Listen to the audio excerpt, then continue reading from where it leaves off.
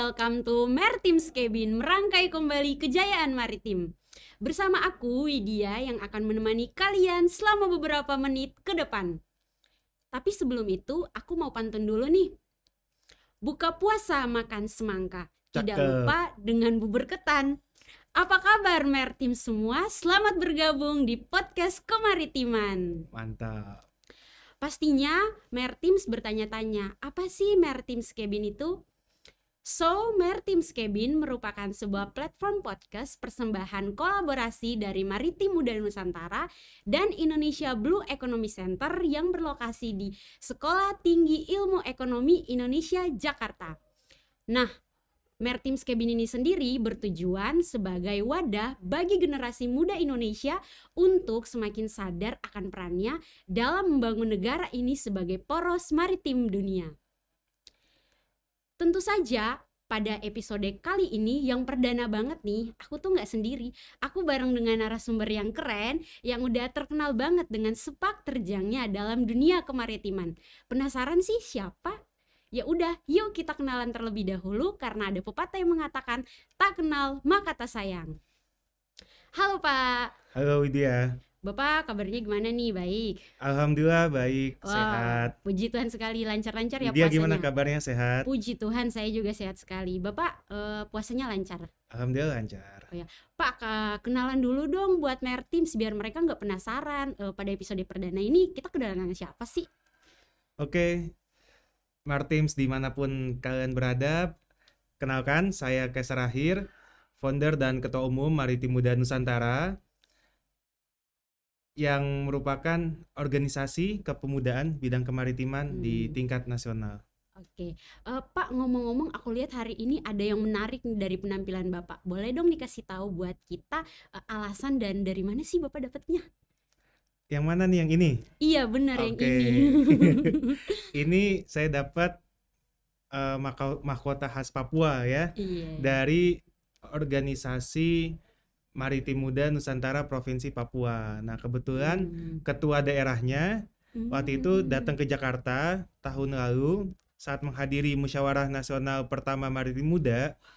Nah beliau membawakan ini sebagai cenderamata lah, seperti itu. Dan ini tentunya menjadi sebuah ciri khas Indonesia, di mana kita punya keragaman budaya, dan saya rasa dengan keragaman budaya itu kita bisa saling mengenal, kita bisa saling belajar, dan juga menjadi sebuah kebanggaan bahwa kita merupakan bangsa yang besar dengan keragaman budayanya. Dan mahkota ini kalau teman-teman lihat nih, di hiasannya juga ada kayak kerang-kerang gitu ya. Iya, benar, nah Pak. Ini juga termasuk kerajinan tangan dengan memanfaatkan sumber daya laut yang kita punya, seperti itu. Iya. Tadi Bapak ngomong kalau Bapak dapat dari salah satu pengurus daerah Maritim Muda Nusantara yang ada di Papua. Untuk seluruh Indonesia juga sudah punya cabangnya Pak? Sudah punya pengurus daerahnya gitu? Sudah. Jadi yang ngasih tadi kan namanya Saudara Yohanis nih. Saudara Yohanis Somisu, dia ketua Maritim Muda Nusantara Provinsi Papua. Nah saat ini di tahun 2023 kita sudah memiliki 39 organisasi daerah di seluruh Indonesia, di mana di setiap provinsinya saat ini kan ada 38 provinsi ya. Iya. Dan satu otorita IKN Nusantara. Nah sehingga saat ini Maritim Muda sudah ada organisasi daerahnya 39, dan sudah punya juga organisasi cabangnya di 47 kabupaten, kota, atau kawasan. Iya. Pak, boleh dong dikasih tahu buat kita sejarah dari pendirian Maritim Muda ini sendiri, apa, dia bergerak di bidang apa, dan di Maritim Muda itu ada apa aja sih di dalamnya? Oke, menarik ya. Jadi Maritim Muda Nusantara didirikan pada akhir tahun 2018 ketika saya pulang menyelesaikan pendidikan S2 saya di World Maritime University di Swedia pada program studi Master of Science in Maritime Affairs dengan spesialisasi Ocean Sustainability, Governance and Management, dan itu alhamdulillah merupakan dibiayai oleh beasiswa LPDP. Nah, sehingga ketika pulang ke Indonesia, saya berpikir apa nih yang bisa saya lakukan sebagai bentuk terima kasih dan wujud syukur saya benar. atas beasiswa yang saya dapatkan dari rakyat dan negara Indonesia. Nah, akhirnya saya memutuskan untuk mendirikan Maritim Muda Nusantara ini bersama 5 orang pemuda lainnya. Kami mendirikan Maritim Muda Nusantara ini. Nah, kami berenam pemuda Indonesia yang terpanggil hati dan jiwanya untuk turut serta membangun kemaritiman di Indonesia untuk terwujudnya Indonesia sebagai poros maritim dunia. Kita punya 3 fokus misi. Yang pertama adalah menyiapkan SDM kemaritiman, yang kedua mengembangkan iptek kemaritiman, dan yang ketiga menguatkan budaya maritim Indonesia.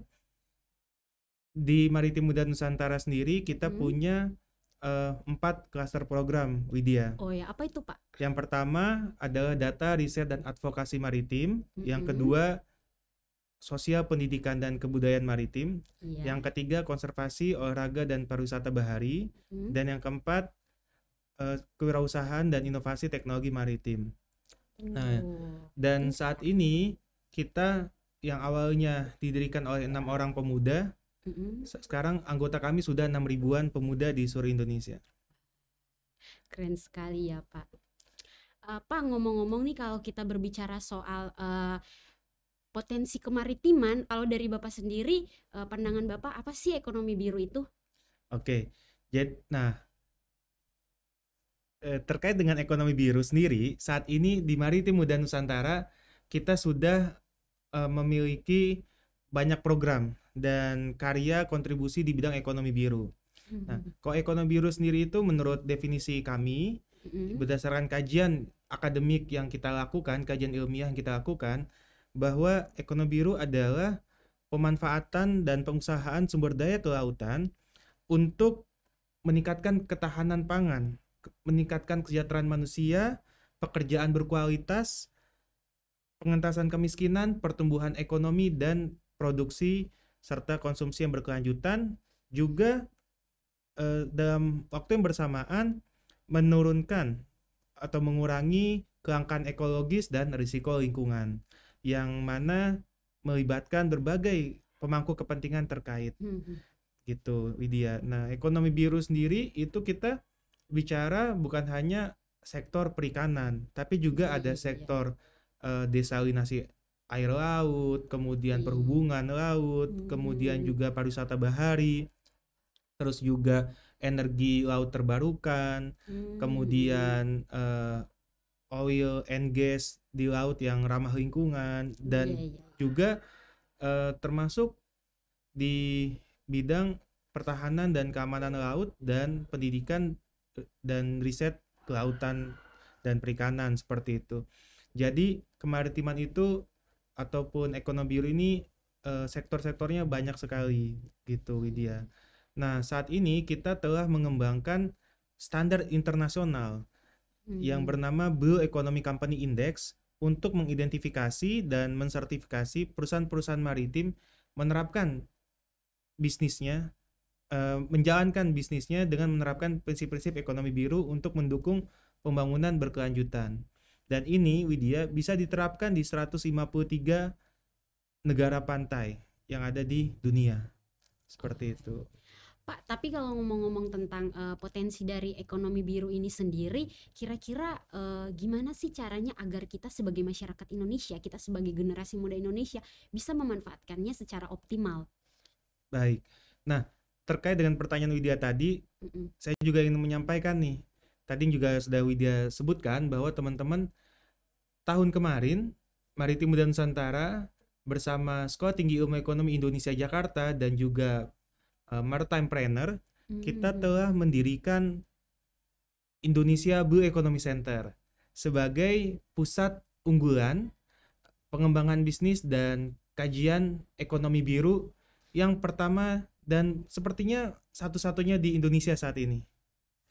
Gitu. Nah, melalui Indonesia Blue Economy Center ini kita mengajak para generasi muda untuk belajar menempuh pendidikan lebih tinggi di bidang ekonomi biru, yaitu di program Magister Manajemen Bisnis Ekonomi Biru di STI Indonesia Jakarta.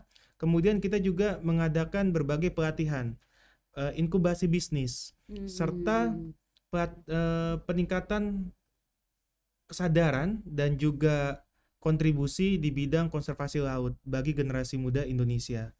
Nah, disinilah Indonesia Bioeconomy Center hadir untuk bagaimana bersama-sama dengan berbagai pihak, utamanya pemerintah dan juga dunia akademik, untuk kita mengembangkan ekonomi biru dari berbagai aspek, dari aspek bisnisnya, aspek pendidikannya, sosial dan lingkungannya. Seperti itu, Widya.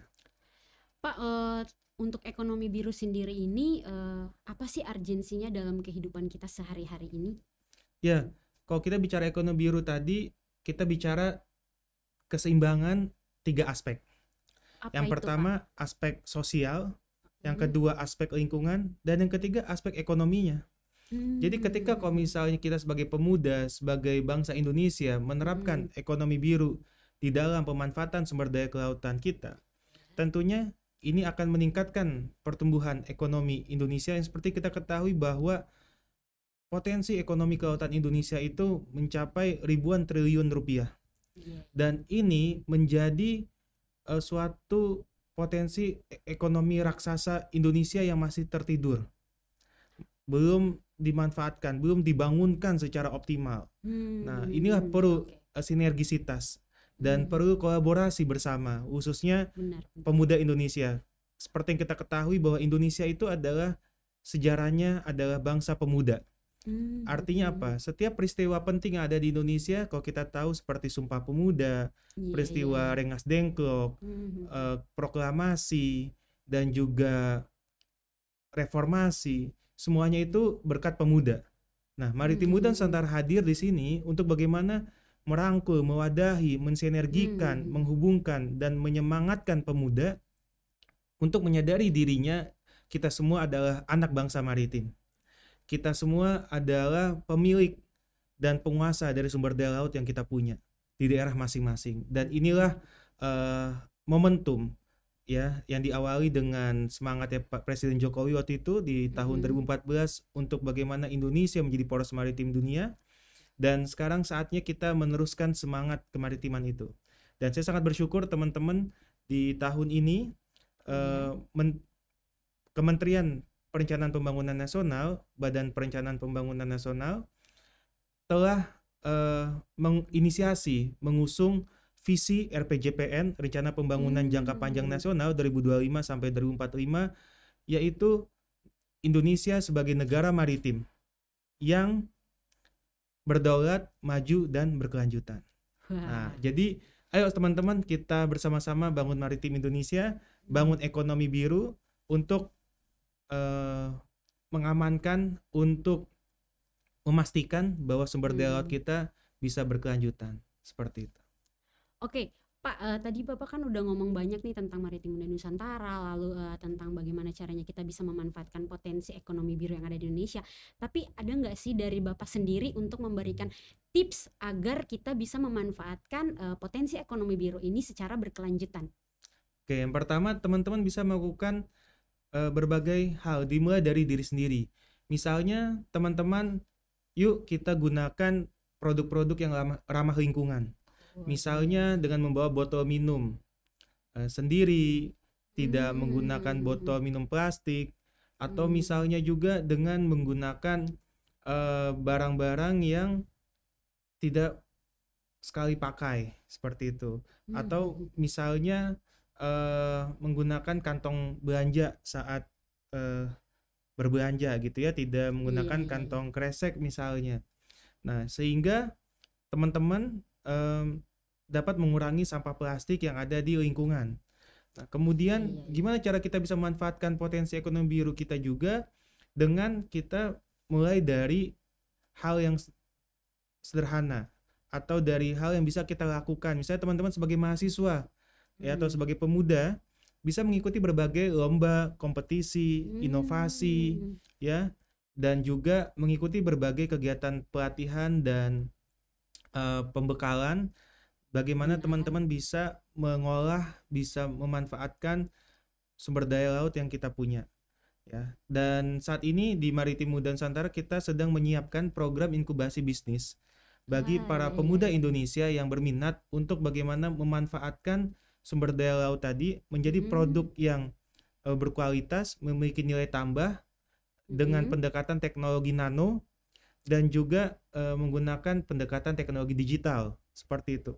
Nah, sehingga teman-teman nanti punya produk-produk karya nyata, produk-produk inovasi bisnis yang bisa dijual di masyarakat dan bermanfaat juga tentunya. Baik misalnya produk kesehatan, produk kosmetik, produk pangan seperti itu.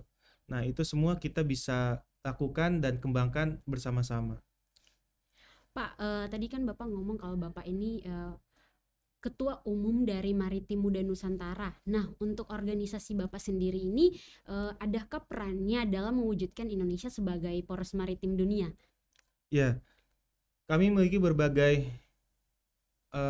kegiatan yang itu mengarah kepada dukungan dan juga kontribusi untuk meningkatkan SDM kemaritiman. Seperti tadi kita mulai dengan mengadakan berbagai pelatihan, webinar, kemudian juga edukasi ke sekolah-sekolah, ke mahasiswa untuk menyadarkan betapa pentingnya kita menjaga kelestarian laut dan memanfaatkan potensi ekonomi yang ada di dalamnya. Kemudian kita juga telah ikut serta dalam mengembangkan kurikulum ekonomi biru tadi pada pendidikan tinggi yang diawali dengan kita ikut serta dalam pengembangan pendidikan S2 Magister Manajemen dengan konsentrasi Manajemen Bisnis Ekonomi Biru di Sekolah Tinggi Ilmu Ekonomi Indonesia Jakarta. Kemudian kita juga ikut serta nih teman-teman dalam mengembangkan IPTEK kemaritiman. Seperti kita ikut serta dalam menyusun ya Blue Economy Company Index yang saat ini belum ada, Widya, selain Backdex, untuk bagaimana kita mengetahui, memastikan perusahaan-perusahaan maritim itu telah menerapkan prinsip-prinsip ekonomi biru, pemanfaatan sumber daya laut yang berkelanjutan.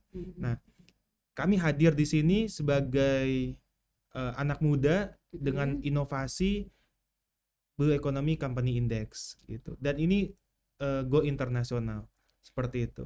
Berarti untuk Backdex ini sendiri satu-satunya dan yang baru dipelopori oleh Maritim Muda Nusantara. Iya, jadi berdasarkan hasil kajian kami saat ini di dunia, bukan hanya Indonesia, itu belum ada sebuah standar internasional yang menjadi acuan untuk kita bisa melabelkan atau mensertifikasi perusahaan maritim sebagai perusahaan ekonomi biru. Dan Backdex ini hadir untuk itu. Bagaimana kita membantu pemerintah, bukan hanya pemerintah Indonesia, tapi juga pemerintah semua negara pantai yang ada di dunia untuk bisa menilai dan mengevaluasi, mengidentifikasi perusahaan-perusahaan maritim mana yang sudah menerapkan prinsip-prinsip ekonomi biru dengan Blue Economy Company Index ini. Wah, keren sekali ya. Pak, terlepas dari semua itu kita tahu ya kalau perjalanan sebuah organisasi itu pasti tidak luput dari suka dan dukanya. Nah, untuk Maritim Muda Nusantara sendiri sejauh ini adakah kendala dan tantangan yang dihadapi dan bagaimana Bapak juga organisasinya menanggapinya? Oke, ada dua hal, Widya. Ketika kita berorganisasi biar kita itu nyaman gitu ya, biar kita itu terus semangat, dua hal yang penting. Yang pertama adalah rasa bersyukur. Yang kedua optimisme. Jadi ketika kita berorganisasi di Maritim Muda Nusantara ini, seperti yang kita ketahui, Widya, Maritim Muda Nusantara ini adalah organisasi kepemudaan yang sifatnya sukarela, sifatnya sosial, yang bukan profit oriented. Sehingga kami dalam berorganisasi, dua hal ini menjadi penting. Bagaimana kita memiliki rasa syukur terhadap apa karunia yang telah Tuhan berikan kepada kita sebagai bangsa maritim dengan potensi lautnya, keindahan alamnya, ya, dan juga tentunya kita bersyukur kita memiliki Pancasila seperti itu. Nah, yang tidak dimiliki oleh negara-negara lain. Dan tentunya juga optimisme bahwa kita dapat mengambil pelajaran dari para pendahulu kita, pemuda-pemuda Indonesia zaman dahulu. Bayangkan Widya, saya sampai sekarang masih merinding gitu ketika membayangkan bahwa tahun 1928 pemuda Indonesia yang mana belum ada negaranya, tapi sudah berjanji, bersumpah satu tanah air, satu bangsa, satu bahasa Indonesia. Wah. Itu kan menunjukkan rasa optimisme bahwa one day, suatu hari nanti kita bakal ada kok suatu negara Indonesia. Kita mulai dulu deh dari kita berdeklarasi kita itu satu bangsa, satu tanah air, satu bahasa Indonesia. Nah, ini menjadi sebuah hikmah pembelajaran untuk kita generasi muda Indonesia, teman-teman semua, bahwa optimisme kita bisa menjadi pemimpin dunia. Optimisme kita bisa menjadi poros maritim dunia. Optimisme kita bisa menjadi negara maju, negara maritim yang berdaulat, maju dan berkelanjutan, itu bisa tercapai. Saya yakin pasti bisa. Karena para pendahulu kita, pemuda-pemuda Indonesia sebelum kita sudah membuktikannya. Gitu. Sangat informatif sekali ya. Sharing-sharing dari Pak Kaisar pada episode kali ini, mulai dari Pak Kaisar menjelaskan sejarah maritim muda Nusantara, lalu apa saja yang ada di dalamnya, lalu Pak Kaisar tadi juga sempat menyinggung tentang potensi ekonomi biru yang ada di Indonesia. Sudah diberikan juga tips-tips bagaimana kita bisa memanfaatkannya secara optimal bahkan hingga berkelanjutan. Nah, gimana nih menurut kamu? Jadi buat kalian Maritims yang saat ini ingin sekali menjaga laut Indonesia kita, ingin menjaga sekali sumber daya alam yang ada di laut kita Indonesia, ayo join Maritim Muda ya, mungkin gitu ya Pak. Iya teman-teman, kalau mau gabung di Maritim Muda gampang banget, tinggal kunjungi website kita di hub.maritimmuda.id. Jadi tinggal kunjungi website hub.maritimmuda.id, atau kalau teman-teman googling itu gampang banget, tinggal cari Maritim Muda Hub. Hubnya tulisannya HUB ya. Maritim Muda Hub, langsung keluar tuh di paling atas. Nah, teman-teman silakan bikin akunnya. Teman-teman di sana bisa mendapatkan informasi bukan hanya keanggotaan, tapi juga informasi tentang kegiatan-kegiatan kemaritiman terupdate. Kemudian juga beasiswa kemaritiman dan juga lowongan pekerjaan di bidang kemaritiman. Nah, silakan jadi teman-teman bisa bergabung, dan di sana teman-teman bisa cetak kartu tanda anggota secara elektronik, secara digital. Wah, ternyata banyak sekali yang sudah diberikan Pak Kaisar pada episode kali ini, dan semoga apa yang diberikan oleh Pak Kaisar pada episode kali ini bisa sangat membantu kita agar kita sebagai generasi muda Indonesia bisa semakin sadar akan perannya kita untuk membangun Indonesia ini sebagai poros maritim dunia. Tentunya masih banyak juga yang ingin kita bagi-bagi, yang ingin kita bahas gitu. Tapi apa daya ya, kita terkendala oleh waktu gitu ya. Untuk Pak Kaisar sendiri, sekali lagi saya mengucapkan terima kasih banyak karena sudah mau hadir di sini, sudah mau berbagi, meluangkan waktunya di sini. Terima kasih banyak Pak. Sama-sama. Tapi sebelum itu saya juga ingin mengucapkan terima kasih nih ke Widya. Karena Widya ini juga teman-teman adalah salah satu mahasiswa magang Kampus Merdeka, program magang dan studi independen bersertifikat batch keempat Kementerian Pendidikan, Kebudayaan, Riset dan Teknologi. Saya juga ingin mengucapkan terima kasih kepada Kemdikbudristek yang telah menyelenggarakan program magang ini, sehingga podcast ini juga adalah sebuah inisiasi nih teman-teman dari teman-teman magang bersertifikat MSIB batch 4, seperti itu. Oke, terima kasih Pak. Maritims, kita sudah sampai di penghujung acara. Demikian perbincangan kita pada episode kali ini tentang ekonomi biru Indonesia untuk mewujudkan negara ini sebagai poros maritim dunia. Nah, buat Sobat Maritims, supaya nggak ketinggalan informasi tentang kita, jangan lupa ikuti semua sosial media Maritim Muda Nusantara @maritimmuda.id dan juga @maritimpreneur. Ada kabar gembira nih bagi kalian kalau podcast kita ini sudah tersedia di 2 platform berbeda, yaitu Spotify dan juga YouTube. Aku, Widya, pamit undur diri. Salam pemuda, salam maritim. Oh ya Pak, yang terakhir untuk Maritim Muda Nusantara punya jargonnya sendiri nggak sih? Punya dong. Apa itu? Kita muda, wujudkan poros maritim dunia. Oke Pak, sama-sama ya. 1, 2, 3. Kita muda, wujudkan poros maritim dunia.